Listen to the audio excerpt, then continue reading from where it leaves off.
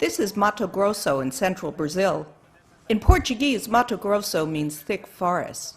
But in the past decade, the forests here have been rapidly cleared for ranching and agriculture.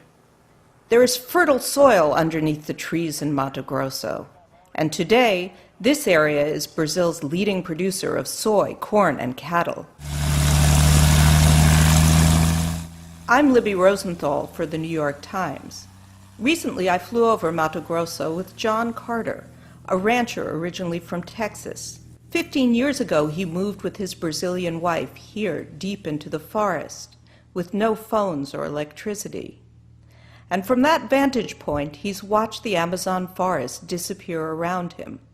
More than 700 square miles were cleared in 2007 alone. When I first moved here, it was a lot more humid.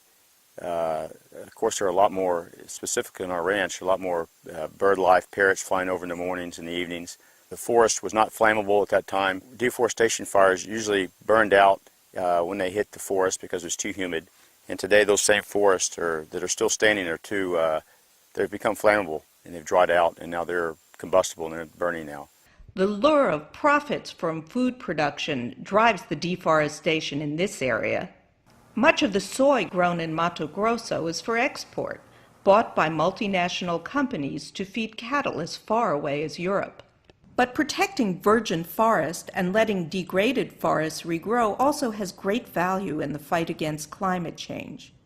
20% of global emissions can be traced to deforestation by some accounts. Those emissions come from the fires and the machinery used to clear the land.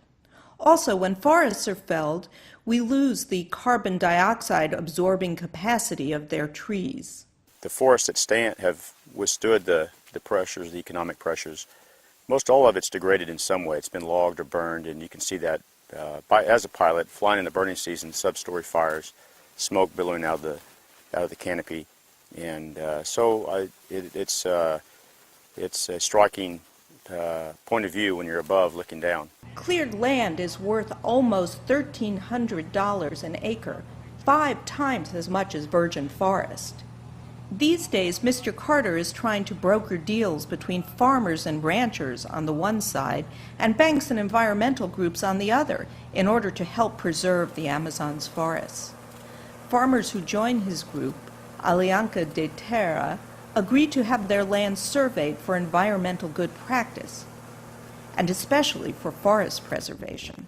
You have to work with the fact that landowners, for the most part, are land stewards. They want to take care of the land. If they don't, if they degrade it, in the long term, they don't have the sustainability they need to stay in business. Mr. Carter wants to create a label for food produced on farms that respect their forests. He's already met with a number of companies, including McDonald's, in the hopes that they will agree to only buy ingredients from approved farms or ranches. We're going to show the problem and quantify it scientifically, and then look for some way to benefit us economically so that we can revert and pull the pendulum back in the other direction. And so we're working with landowners. Today we have over 5 million acres in our system. Brazil has already set up what it calls the Amazon Fund with $100 million from Norway. That country has pledged another $1 billion as deforestation is curbed. The United Nations plan to curtail deforestation is called REDD, or Reducing Emissions from Deforestation and Degradation. It will also pay landowners to conserve forests. And farmers and ranchers here in Mato Grosso seem to be coming around.